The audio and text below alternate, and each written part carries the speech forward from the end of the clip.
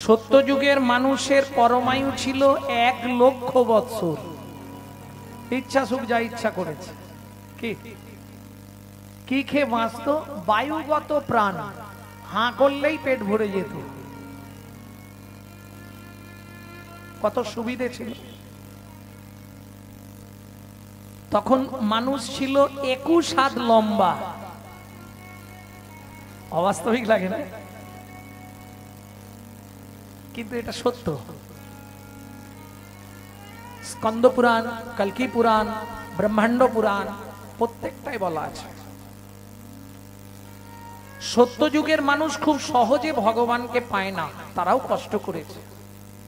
তবে সত্যযুগে প্রচুর কষ্ট করে ভগবানকে পেতে হতো। যেমন এদিকটা সুবিধে ছিল, একটা জায়গায় কঠিন ব্যাপার ছিল। কোন জায়গাটায়? ধ্যানের দ্বারা ভগবানকে পাওয়া যেত। কৃত যদ্রায়ত, কৃত যদ্রায়ত। কৃত মানে সত্য, যদ্রায়ত যে ধ্যান করবে সেই ভগবানকে লাভ করবে। বুঝে নেওয়া গেল? 42,000 বছর ধ্যান করলেন মনু বংশের রাজার ছেলে চন্দ্রকান্ত মনু, ভগবানের চরণের নপুর হয়ে গেলেন। 12,000 বছর, তারপরেও 2,000 বছর, 14,000 বছর ধ্যান করলেন মা সরস্বতী বিদ্যার দেবী, তিনি ভগবানের হাতে মুরলী হয়ে জন্মালেন। সাধনা যারা যারা করেছে তারা তারা পেয়েছে। কষ্ট ছিল। সত্যযুগে নাম ছিল কিন্তু প্রেম ছিল না। কৃত যদ্রায়ত বিষ্ণু, সত্যযুগের নাম কি ছিল? নারায়ণ পরাবেদা, নারায়ণ পরাক্ষরা, নারায়ণ পরাগতি, নারায়ণ পরামুক্তি। নারায়ণ পরাবেদা, নারায়ণ পরাক্ষরা, নারায়ণ পরাগতি, নারায়ণ পরামুক্তি। নামে উদ্ধার ছিল না, প্রেম নাই তো। ধ্যান করে উদ্ধার হতে হবে।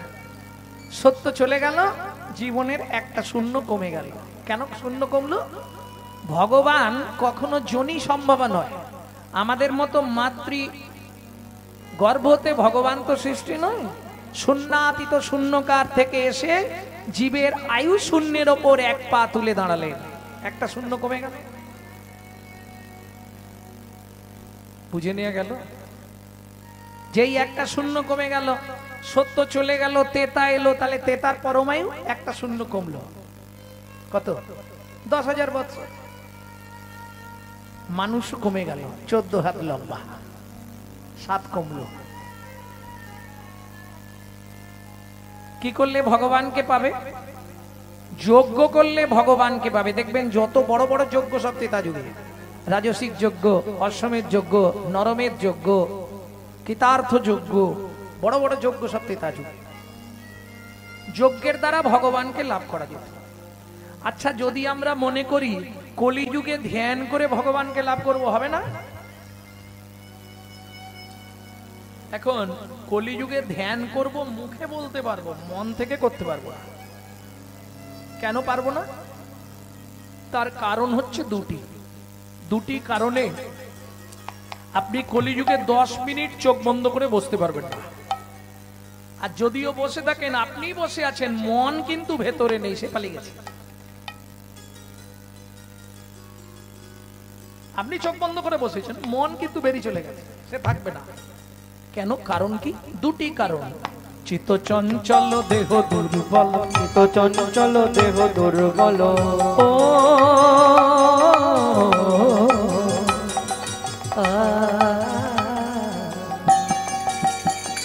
চিত্ত চঞ্চল দেহ দুর্বল, চিত্ত চঞ্চল দেহ দুর্বল।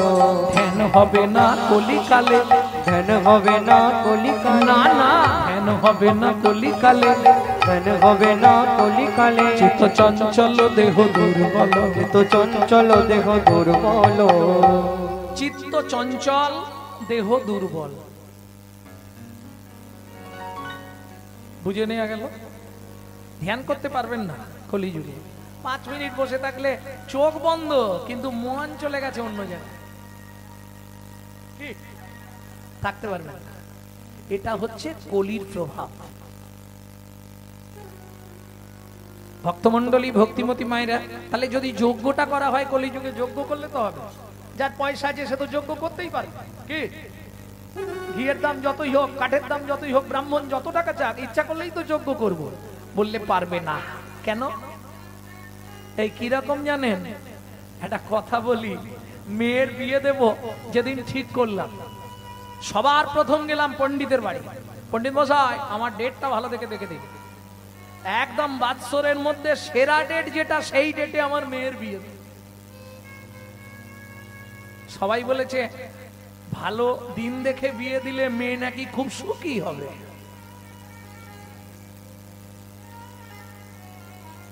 পণ্ডিত মশাই ডেট ধার্য করে দিল, কোনো চিন্তা নেই, সব বায়না দিয়ে দিলাম, প্যান্ডেল, লাইট, মাইক, নবাবাত, ক্যাটারিং, যা যা দরকার সব হয়ে গেল।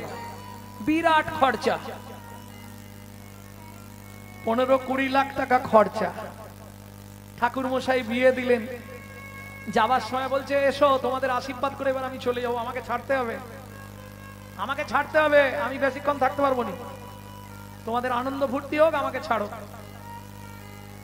প্রণাম করছে যজমান। ঠাকুর মশাই বলছে আরে প্রণাম করে নিচ্ছ কি, কাজ মিটে গেছে, এবার তো ছাড়তে হবে। ছাড়তে হবে মানে বুঝেছেন তো, মানে ভেঙে বলতে হবে, এটা দক্ষিণা দিতে হবে না। মেয়ের বিয়ে দিলাম, তোমার মেয়ে সুখী হবে, আমি বিয়ে দিয়েছি মানে সুখী হবে, ঘর যদি নাও করে সুখী মোটামুটি হবে। আমাকে ছেড়ে দাও, আমাকে দেরি করো। বলছে ঠাকুর মশাই আজকের দিনটা আপনাকে কিছু আমি দেবো না, 1 টাকা নিয়ে চলে যান। অষ্টমঙ্গলায় মেয়ে যেদিন আসবে আপনি সকালেই আসবেন, ওদেরকে আশীর্বাদ করে দক্ষিণাটা দিয়ে। কি দাঁড়ালো? হাতি হাতি টাকা এক রাতে খরচা হলো, লেজটা আটকে রয়ে গেল। ওই জন্য বললাম না, যজমান ঠিক নেই, যজ্ঞ করতে পারবে না। বর্তমান বাজারে 1 কেজি ভালো ঘি 1200 টাকা কেজি, অরিজিনাল ভালো ঘি।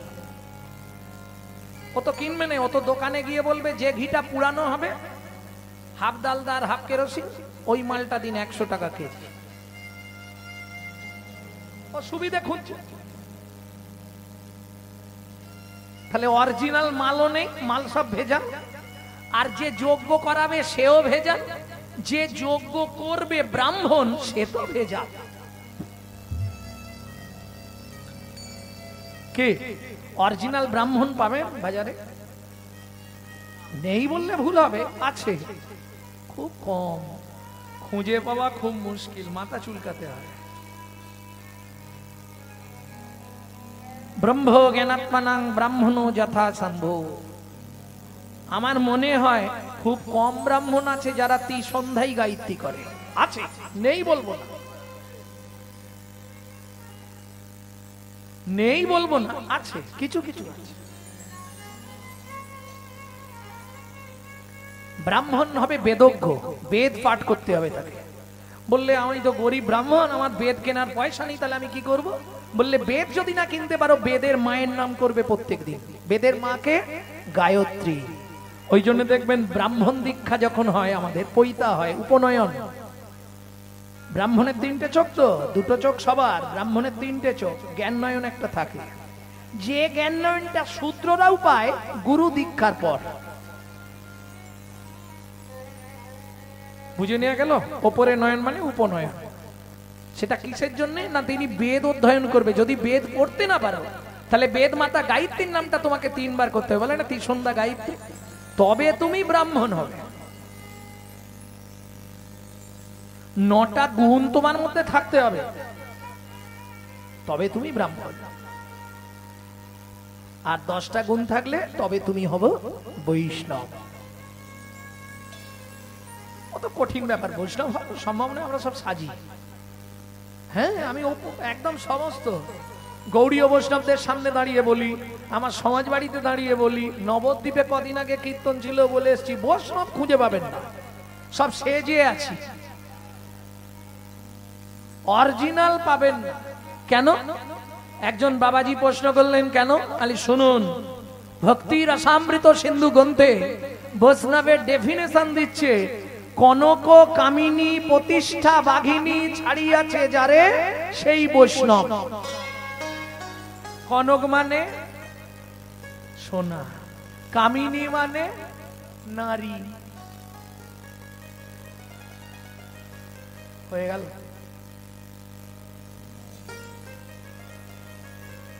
খুঁজে পাওয়া মুশকিল।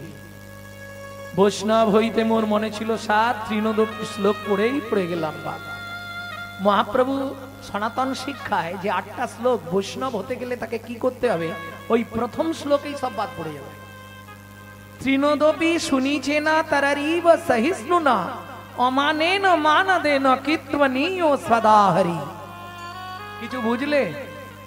বাংলা বলবো, ঘাসের থেকে নিচু হয়ে সদালহ নাম, সদালহ নাম আপনি নিরভিমানী অন্যে দিও মান, পুণ্যে দিও মান। আর এখনকার মানুষের লেজে পা দেয়া দায়। যদি একটু গান্ধীজি বেশি থাকে, বাবরে গরম দেখলে মাথা কি। এই 5টা অহংকারের জন্য মানুষের শেষ। ভালো করে শুনে নিন, 5টা অহংকার যদি আপনার মধ্যে বাসা বেঁধে যায়, একদিন নয় সারা জীবন হরিনাম শুনুন আর হরিনাম করুন আর হরি হরি করে পায়ে শুয়ে পড়ুন, আপনি জীবনে উদ্ধার হতে পারবেন না। 5টা অহংকার কি কি, যেটা আসবেই আমাদের মধ্যে। প্রথম অহংকারটা হয়তো সবার হবে না, জাত্র অভিমান, জাতির অহংকার। আমার হবে না? কোন বাড়ির ছেলে জানেন তো? আমার নাম জানেন তো? গৌরাঙ্গ সুন্দর চক্রবর্তী, মানে বুঝতে পারছেন কোন বাড়ি? বাবা, বয়ের পাশে 2.5 মন, যারে কয় ব্রাহ্মণ। এই যদি আমার মনোভাব হয়, আমি ব্রাহ্মণ বাড়ির ছেলে, এই মুচির ছেলের সঙ্গে হরিনাম করব, এই চটে বসে হরিনাম শুনবো, আমি একজন পয়সাওয়ালা মানুষ, আমি এই সবার সঙ্গে ঠিক মানাচ্ছে, হবে না। বিদ্যার অহংকার, আমি এম এ পাস, সেটা সব মূর্খ মানুষরা বসে আছে, খেয়ে দে কাজ পায়নি, হরিনাম শুনছে। জাতির অহংকার 1, 2 বিদ্যার অহংকার।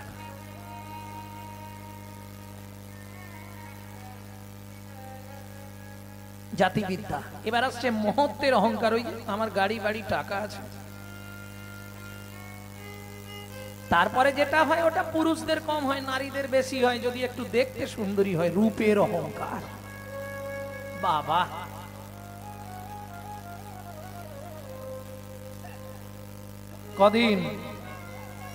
কদিন থাকবে? কে গো, কদিন থাকবে? রূপ যৌবন ধন ক্ষণস্থায়ী, চলে যাবে, তাই না? কদিন থাকবে রূপ? ওগো সুন্দরী, দুদিনের ওই রূপের মাধুরী, তোমার যৌবনে লাগিলে ভাটা হবে গো বুড়ি। ওগো সুন্দরী,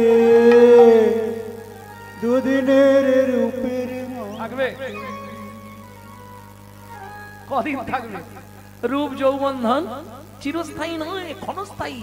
চিরস্থায়ীকেই যে তোমার সঙ্গে যাবে। ভক্তির জগৎ দাঁড়িয়ে আছে 2টি স্তম্ভে, ভালো করে বুঝে নিন। ভক্তির জগতে হচ্ছে 2টি স্তম্ভ। কি কি 2টি স্তম্ভ? একটি হচ্ছে নাম আর একটি হচ্ছে প্রণাম। ভালো করে বুঝে নিন, ভক্তির জগতে 2টি স্তম্ভ। আমরা দাঁড়িয়ে আছি কিসে? আমরা দাঁড়িয়ে আছি কিসের ওপর? 2টো স্তম্ভের ওপর না? পা আছে বলে দাঁড়িয়েছি, নাহলে দাঁড়াতে পারবো না। ঠিক ভক্তির জগতে তোমার হৃদয়ে ভক্তি তখনই আসবে, তখনই দাঁড়াবে। ভক্তির জগতে স্তম্ভ হচ্ছে 2টি, একটি নাম আর একটি প্রণাম।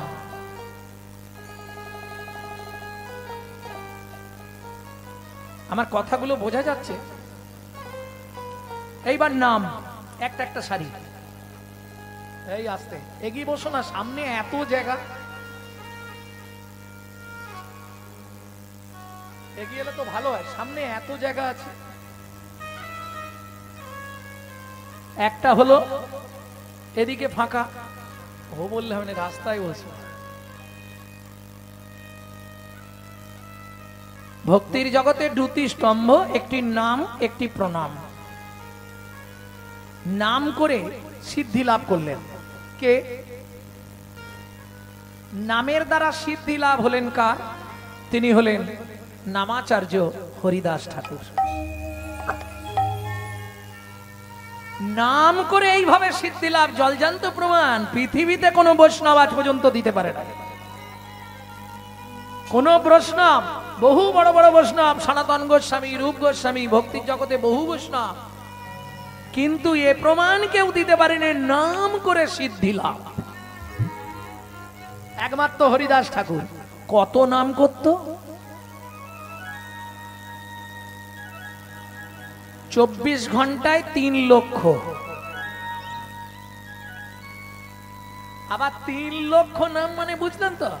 আচ্ছা, আমরা যদি মনে করি একদিন 3 লক্ষ নাম করব, হবে? হবে না? হয়তো আদা জল খেয়ে যদি লাগা যায় সকাল থেকে, তাহলে পরের দিন সকালকে হয়তো কমপ্লিট হতে পারে। সেটা একরকম ভাবে হলে, শুধু জপ করে একদম বন্ধ দিলে হবে। হরে কৃষ্ণ হরে কৃষ্ণ বন্ধ দিলে হবে, একদম মেলের মতো চলতে হবে, তাহলে হলেও হতে পারে। কিন্তু হরিদাস ঠাকুর 3 লক্ষ নাম 3 রকম ভাবে করতেন।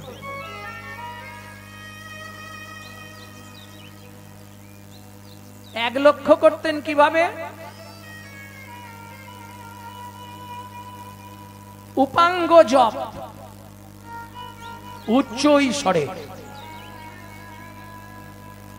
এই যে যারা দীক্ষা শিক্ষা নিয়েছেন তাদের জানা দরকার, জপ কিন্তু 3 রকমের। ও বাবা, জপ আবার 3 রকম? হ্যাঁ, একটা উপাঙ্গ জপ যেটা উচ্চ ঈশ্বরে, হরে কৃষ্ণ নাম মহামন্ত্র। তবে সব মন্ত্র উচ্চ ঈশ্বরে করার বিধি নাই, একমাত্র কৃষ্ণ নাম মহামন্ত্র আপনি উচ্চ ঈশ্বরেও করতে পারেন। 2 নম্বর বাচিক জপ। বাচিক জপ কাকে বলে?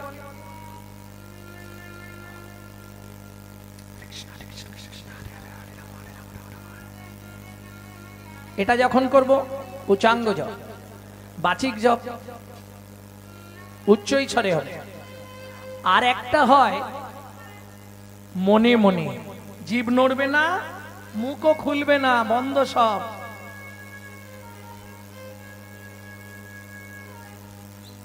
ভেতরে নাম চলছে, এটা হচ্ছে মানসিক জপ, বড় কঠিন, পারা খুব মুশকিল। আচ্ছা, হরিদাস ঠাকুর নামের দ্বারা সিদ্ধি লাভ করেছে, এটা আপনি বলছেন কি করে? প্রমাণ তো দিতে হবে। গম্ভীরায় যখন মহাপ্রভু ছিলেন, সিদ্ধ বকুলে হরিদাস ঠাকুরকে দেখতে গেলেন।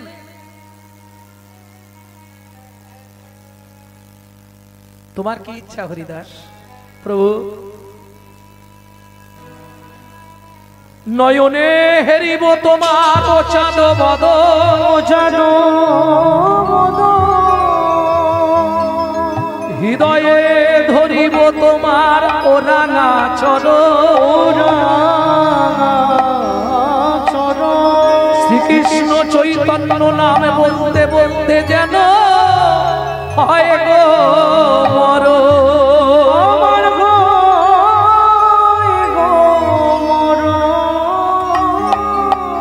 বলুন, এই সিদ্ধি লাভ কারো জীবনে হবে? মহাপ্রভু চরণটা বুকে ধরলেন, ভাবুন একটু। নয়নকে বলছে, নয়ন বদনটা দেখ। মহাপ্রভু চরণটা বুকে ধরেছে আর বদনের নাম করছে। এটাকে বলা হয় ইচ্ছা মৃত্যু। রোগে ভুগে মৃত্যু, ব্যাধিতে মৃত্যু, আকস্মিক দুর্ঘটনা মৃত্যু। আবার দেখবেন সুসাইড, যেগুলো কি বলে, ওই না বলাই ভালো হরিবাসর। বিষ খেয়ে নিল, ওই দড়ি টড়ি দিয়ে দিল, যাই হোক, এগুলো হচ্ছে অপঘাত মৃত্যু, আত্মহত্যা, ইচ্ছাকৃত মৃত্যু করা। ইচ্ছা মৃত্যু নয়, এটা জোর করে মৃত্যুকে আনা।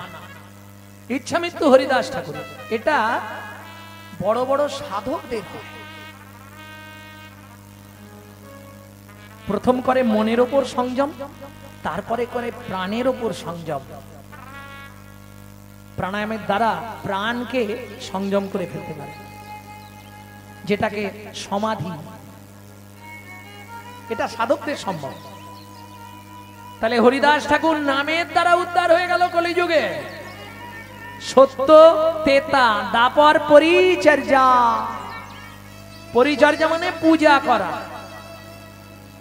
ও মায়েরা, বাড়িতে প্রত্যেকদিন পুজো করেন তো নাকি? কারা পুজো করেন বাড়িতে? হাত তুলুন দেখি। বাহ, ভালো। কিছু করুন না করুন, পুজো করবেন। আমাকে একটুখানি বলুন, পূজা কাকে বলে?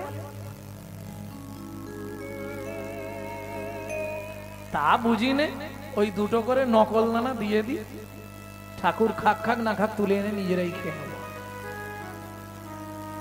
হ্যাঁ, এই আলাদা থালা পাওয়া যায় জানো, অর্ডার দেয়া, 2 টাকা না 3 টাকা করে দাম, এইটুকু।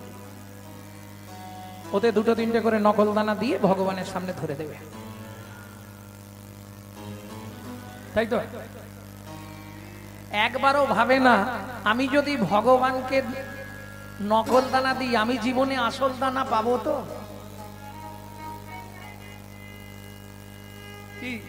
এ কিরম হলো যেন, জারি শিল তারি নোড়া তারি ভাঙে। আমি কিছু বলবো নি, তোমরাই বলে না।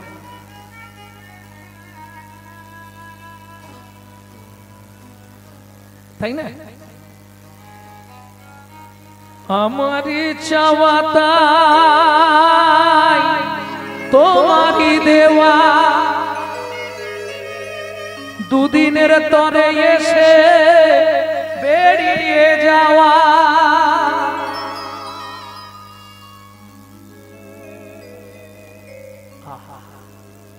আমি চেয়েছিলাম, তুমি দিয়েছিলে, কিন্তু আমি বুঝতে পারলাম না জীবনে। তাহলে পরিচর্যা, পূজা, পূজার দ্বারা ভগবান লাভ হবে যদি পূজা ঠিক মতো করা যায়। পূজা কাকে বলে? প্রবৃত্ত উপাচারে জগৎপতির মনকে আকৃষ্ট করার নাম পূজা। বুঝে নেওয়া গেল? পূজা। প্রবৃত্ত উপাচারে জগৎপতির মনকে আকৃষ্ট করার নাম পূজা। তোমার মনই প্রবৃত্ত নেই, আর তুমি কি উপাচার প্রবৃত্ত করবে? মন ভালো নয়, তীর্থ করে মিটামিটি খেটে মরে। তাহলে ভক্তির জগতে দুটো স্তম্ভ, একটা নাম আর একটা কি বলেছিলাম, ভুলে গেছি, প্রণাম। নাম করে উদ্ধার হলেন হরিদাস ঠাকুর। আচ্ছা বলুন, প্রণাম করে উদ্ধার হলো কে? আমরা তো এখন প্রণাম করা ভুলে গেছি।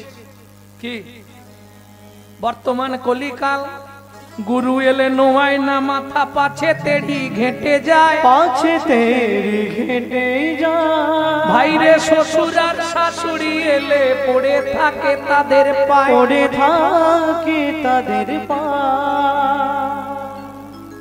গুরু এলে মাথা নোয়া মেলে, শ্বশুর শাশুড়ি এলে সবসময় গর্ব।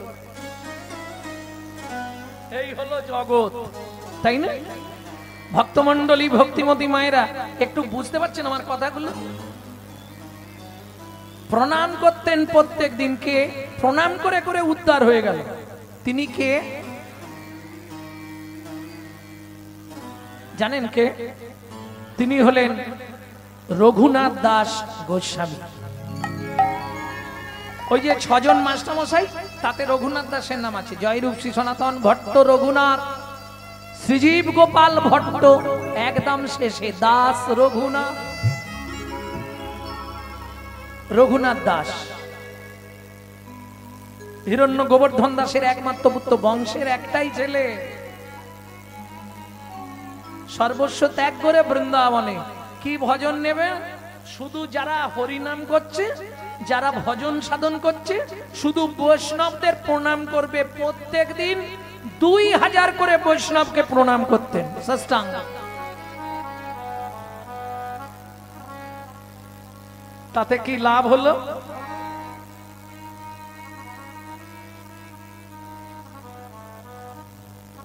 লাভটা কি হলো? প্রত্যেক দিন 2000 বৈষ্ণবকে প্রণাম করছি, এমনি করে চলতে রইল 12টা বছর।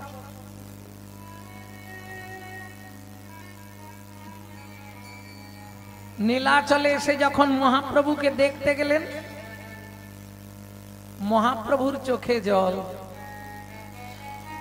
প্রভু তুমি কাঁদছো কেন? রঘুনাথ, আমার জন্যও এনেছিস কি? আজ এতদিন ধরে যা সঞ্চয় করেছিস আমাকে তার কিঞ্চিত দে। কি বলছো প্রভু? আমার কাছে তো কিছুই নেই।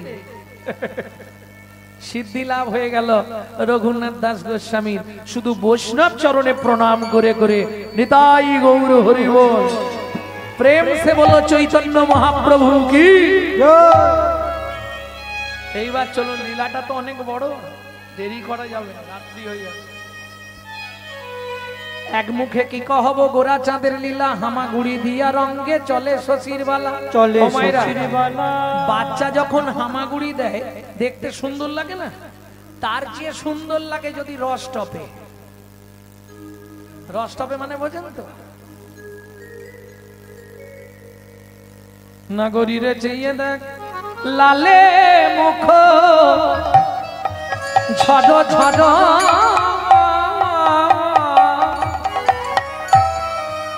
দেখিতে সুন্দর, লালে মুখ ঝড় ঝড়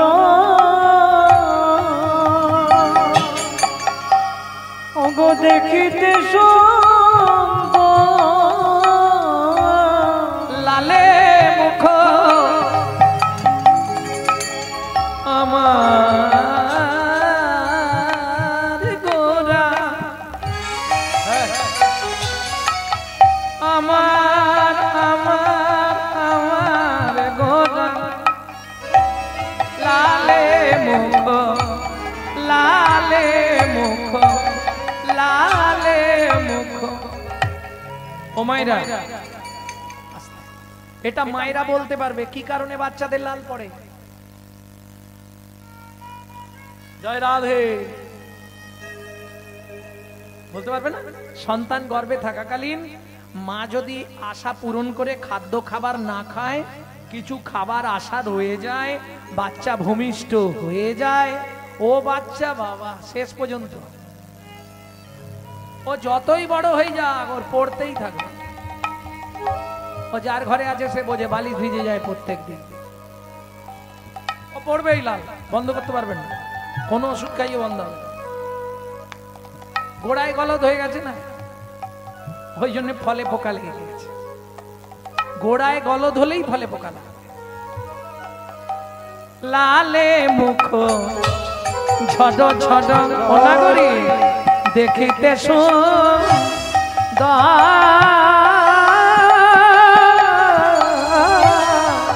লালে লালে মুখ ঝড় ঝড় দেখিতে সুন্দর, পাকা বিম্ব ফল যিনি সুড়ঙ্গ অধর, পাকা বিম্ব ফল যিনি সুরঙ্গ অধর, পাকা বিম্ব। ও মায়েরা, বিম্ব ফল, বিম্ব ফল চেনেন?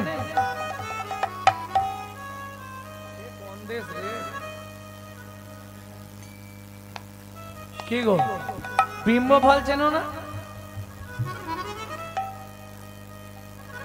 কুঁদরি চেনো? কুঁদরি, বাহ। কুঁদরির মতো আরেকটা ওই বনে জঙ্গলে হয়, তেলা কচু।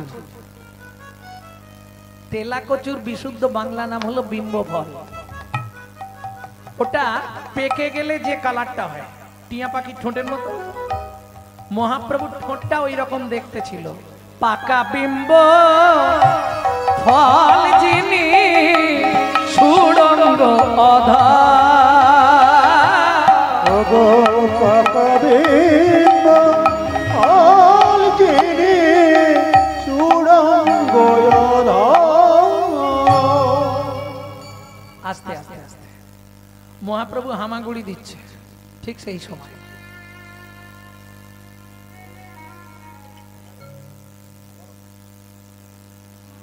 সেই সময় দস্যু মেষমালি ওই পথ দিয়ে ফিরছে। এখন সর্বাঙ্গে মহাপ্রভু ছোটবেলায় কিছু পড়তো না, আর বাচ্চাদের খুব ছোট অবস্থায় তো মায়েরা কিছু পড়ায় না, শান্ত ওই খাই দাই গা হাত মুচিয়ে ছেড়ে দিল, ও এবার হামাগুড়ি দিচ্ছে, খেলছে। আর শিশুদের স্বভাব জানেন তো কোন খেলাটা বেশি ভালো লাগে? যদি মাটি জায়গা পায়, বেশ মাঝখানে গিয়ে বসবে, ওখানে সনসন সনসন করে খানিকটা জল ঢালবে, ওটা কাদা বানাবে, বানিয়ে হাতে করে তুলবে আর গায়ে ছাপ ছাপ করে মারবে।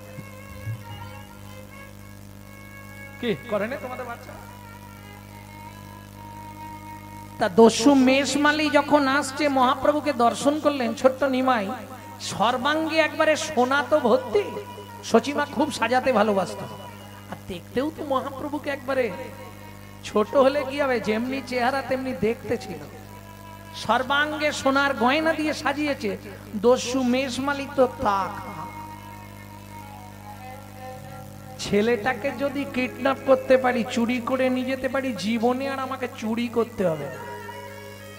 এ যা সোনা পড়ে আছে আমার লাইফ চলে যাবে। এই খোকা এদিকে আয়। আমাকে ডাকছো? হ্যাঁ এদিকে।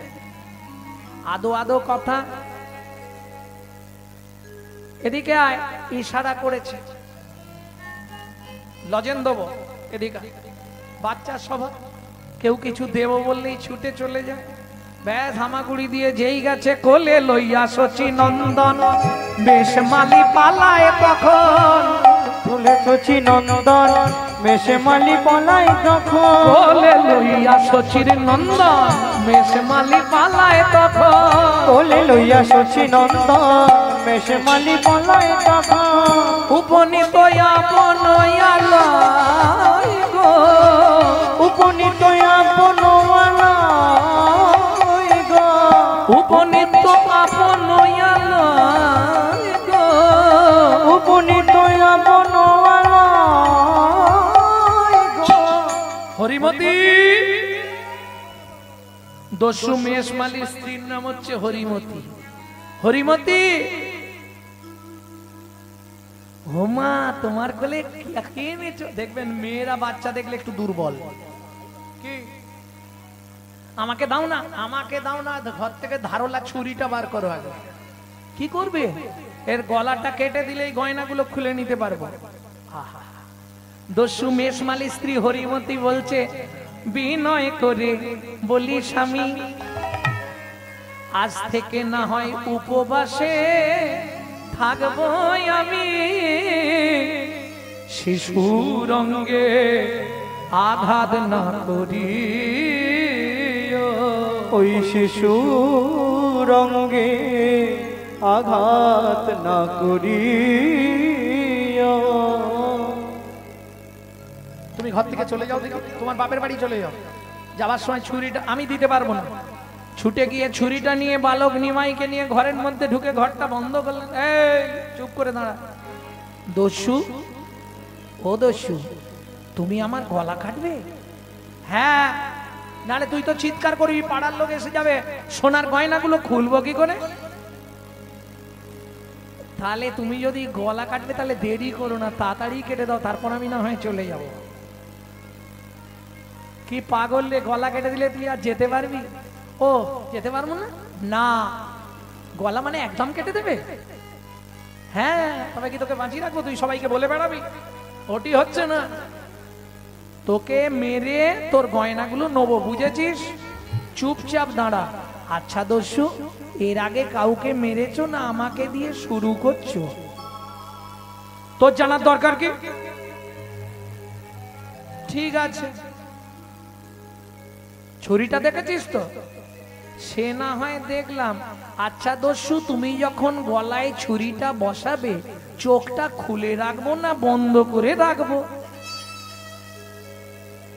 তোকে বলবো, তুই কি করবি তোর ব্যাপার। এত কথা বলছিস কেন? দস্যু, তোমাকে দেখে মনে হচ্ছে তুমি নতুন না? তোর জানার দরকার নেই, এইটুকুনি ছেলে বকেই যাচ্ছে তখন থেকে, আমার মাথাটা খারাপ করে দেবে। চুপ করে দাঁড়া, তারপর দেখছি। তাহলে চুপ করেই দাঁড়াচ্ছি। তুমি কিন্তু বেশি দেরি করো না। বেশি দেরি করলে খুঁজতে খুঁজতে যদি বাবা এসে যায় না, তাহলে তোমারও খবর করে দেবে। তাড়াতাড়ি কেটে দাও, দেরি করো না।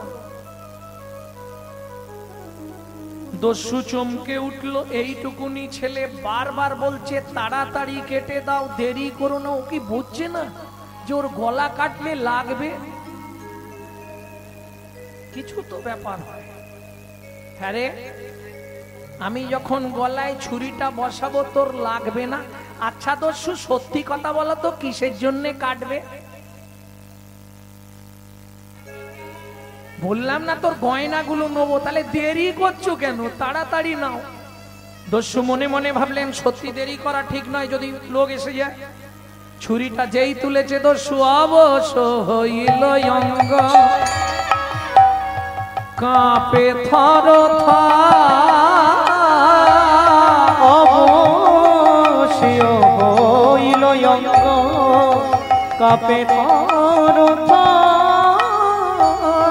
ছুরি কাপড়িল গিয়ে মৃত্তিকায়ু পা, ছুরি কাপড়িল গিয়ে মৃত্তিকাও পা। তুমি মানব নয় গো কোন দেবতা, তুমি মানব নই গো কোন দেবতা, প্রকাশ করো সত্য কথা। কি হলো দস্যু? বললাম না তুমি নতুন, তোমার ছুরি হাত থেকে পড়ে যাচ্ছে আর তুমি কাটবে কি করবে? আগেই বললাম না তুমি নতুন। আচ্ছা তোমার আমাকে কাটার দরকার মানে গয়নাগুলো নেবে, এই তো? দাঁড়াও। হয়ে কৌতূহলী অলংকার খুলি, হয়ে কৌতূহলী অলংকার খুলি, হয়ে কৌতূহলী অলংকার, তখন হয়ে কৌতূহলী অলংকার খুলি, হয়ে কৌতূহলী অলংকার খুলি। এই নাও দস্যু অলংকার, হয়ে কৌতূহলী অলংকার খুলি, এই নাও দস্যু অলংকার। তুমি বলেছো এইগুলো পেলে আর জীবনে চুরি করবে না, তাই তো? এবার ছাড়ো দস্যু বৃত্তি, রাখো ধর্মে মতি। ছাড়ো দস্যু বৃত্তি, রাখো ধর্মে মতি। এ জগতে ভাবো কে বাকা, ছাড়ো দস্যু বৃত্তি, রাখো ধর্মে মতি। এ জগতে ভাবো কে বাকা। এই নাও, তাড়াতাড়ি বাড়িতে রেখে আমাকে দিয়ে আসবে, চলো। ওমা, তোকে দিতে গেলে তো আমাকে ধরে পেটাবে রে। ওমা, আমি তো বাচ্চা ছিলাম, আমি কি রাস্তা জানি নাকি? আমাকে দিয়ে আসবে, চলো। মারবে না, কেউ তোমাকে কিচ্ছু বলবে না, আমি বাবাকে বুঝিয়ে বলে দেবো, তুমি দিয়ে আসবে, চলো। ঠিক আছে, দাঁড়া। কি দাঁড়াবো? গয়নার পুটলিটা নিয়ে যাই, যদি মারধর করে ফেরত দিলে কম মারবে। মাল ফেরত দিয়ে দিলে কম মারবে না? এমনি দু চারটে মারবে, যদি মালটা বের করে দিয়ে দিই পট করে, তাহলে একটু কম মার খাবো। এটা সঙ্গেই নিয়ে যায়, যা হয় দেখা যাক, চল। ও মা, এইভাবে নিয়ে যাবে কি করে? আনার সময় তো তুমি কোলে করে নিয়ে এলে। বাপের ঠাকুর রে, হেঁটে হেঁটে চ। আমি হাঁটতে পারবো না। কিসে যাবি? তোমার কাঁধে উঠি না। জানে জ্বালা বাবা তোকে এনে। ঠিক আছে, ওঠ। দস্যুর কাঁধে বসেছে, হাত দিয়ে মাথাটা চেপে ধরেছে, পা দুটো বুকে বারবার লাথি মারছে। পরশমণির স্পর্শ লাগলে লোহা যেমন সোনা হয়, লোহা যেমন সোনা মহাপ্রভুর কমল চরণের পরশে, কমল চরণের পরশে দস্যুর হৃদয়ে সোনা হয়ে গেল, দস্যুর হৃদয় সোনা